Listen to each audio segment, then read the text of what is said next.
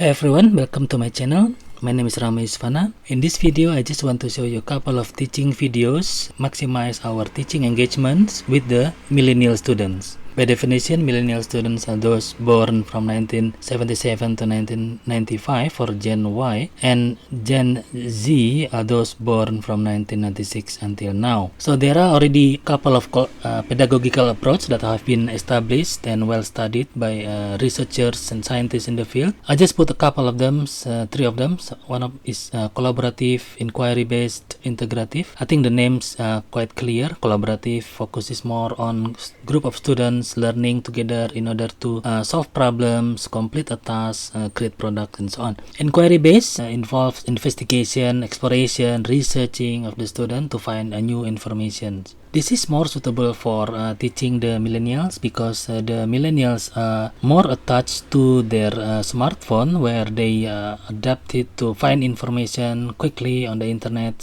via Google or YouTube or any other sources. Integrative is a learning approach that helps students make connections of their learning across various different curricula. This is particularly useful for teaching medical students, for example, those preparing for medical college admission test exams in the US or anywhere in the world, because in the MCAT itself consists of various different sections such as chemical and physical foundation of biological system, as well as biological and biochemical foundation of living systems, and other section involving critical analysis and reasoning skill, as well as psychological and social and biological foundation of behavior. So in that case, it is suitable for teaching students using integrative approach. The more important is to find out how they learn, how do the millennials learn. According to the professor, Christy Price, Dr. Christy Price, professor of psychology from Dalton State College in the US, I believe, there are 5 R. These are research-based methods, relevance, rational, relax, and reports. So research-based methods obviously similar to the inquiry-based methods, where students prefer a broad spectrum of learning strategies, and they expect changes in the delivery formats of the teaching in order to maintain interest. The material should also be relevant. They like to find out things that are relevant and useful for their everyday lives using various technology platforms. So that's why they love hands-on or application-based case studies. The material needs also to be rational. The decision to accept the knowledge or scientific facts must be rational. All action were constantly justified. Environment for learning should be relaxed. They prefer free-flowing environments with minimum pressure, more freedoms to complete assignment, and more freedom for personal expression and creativity. Reports, they expect instructors to connect with them on a personal level and showing their interest in their learning and development plans and achievement goals. For that reason, I sometimes use visual teaching material in the class because, as mentioned, they prefer materials that deliver to cater their visual, auditory, and kinesthetic needs. So in this case, we can use videos and animation, for example, from YouTube. Bringing some demo material to the class is also a good idea because they like to see things and maybe also touch it to experience it directly. For example, bringing some environmental sensor device for pH, circuit board, oxygen sensor, temperature sensor, and so on. Other activity is setting up a global classroom with other universities, showing here our global classroom, example of our global classroom activity with a university in Indonesia, showing an expert in the field explaining about his or her research in the particular topic. So we can set up a video conference other overseas students from different university. They also appreciate online discussion with overseas students from different university, discussing, for example, what is their final year projects all about, how do they approach the problems, and how their research design is. At the end of the global classroom session, we can set up an online quiz where students can compete together to answer questions from the lecturers regarding the topics that was discussed in the class, for example, during the global classroom session.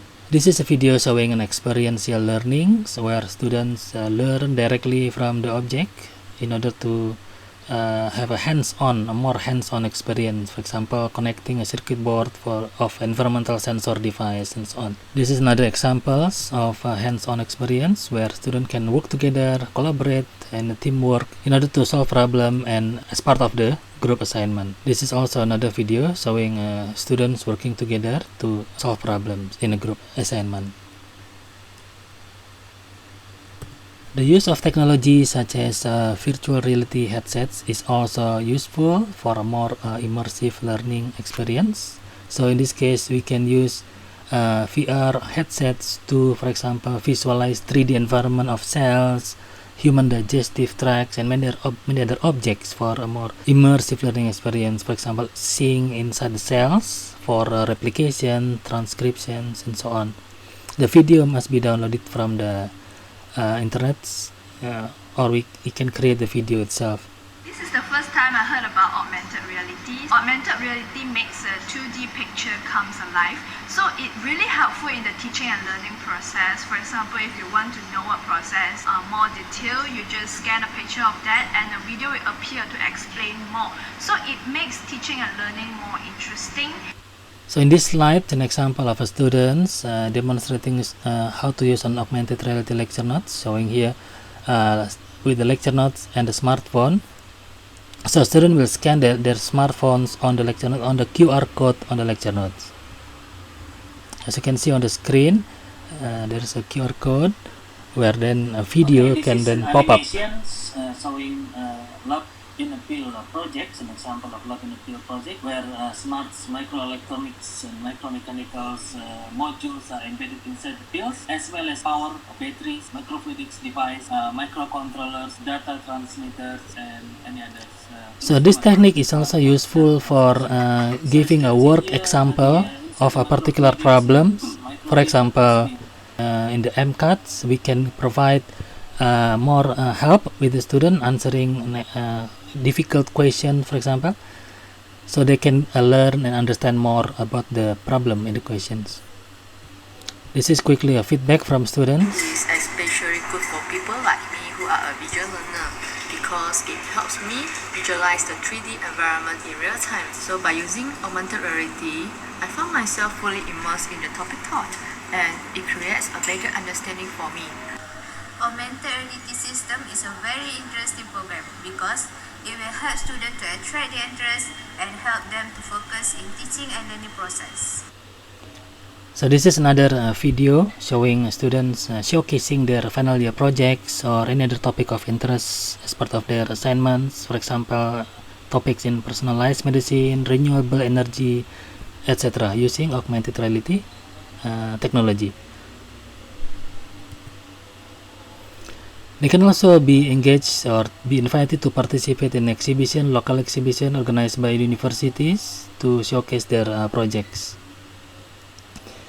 Of course, giving a student a chance to present their projects as part of their assignment is also a good idea to develop their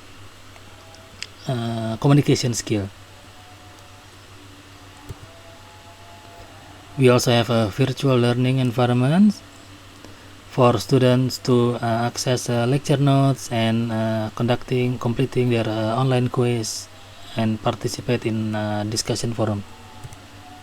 Okay, those are a couple of example of activities, teaching and learning activities using technology in order to maximize engagement and better connection with the students. As mentioned, students prefer learning material that delivered to cater their visual, auditory, as well as kinesthetic needs. Thank you.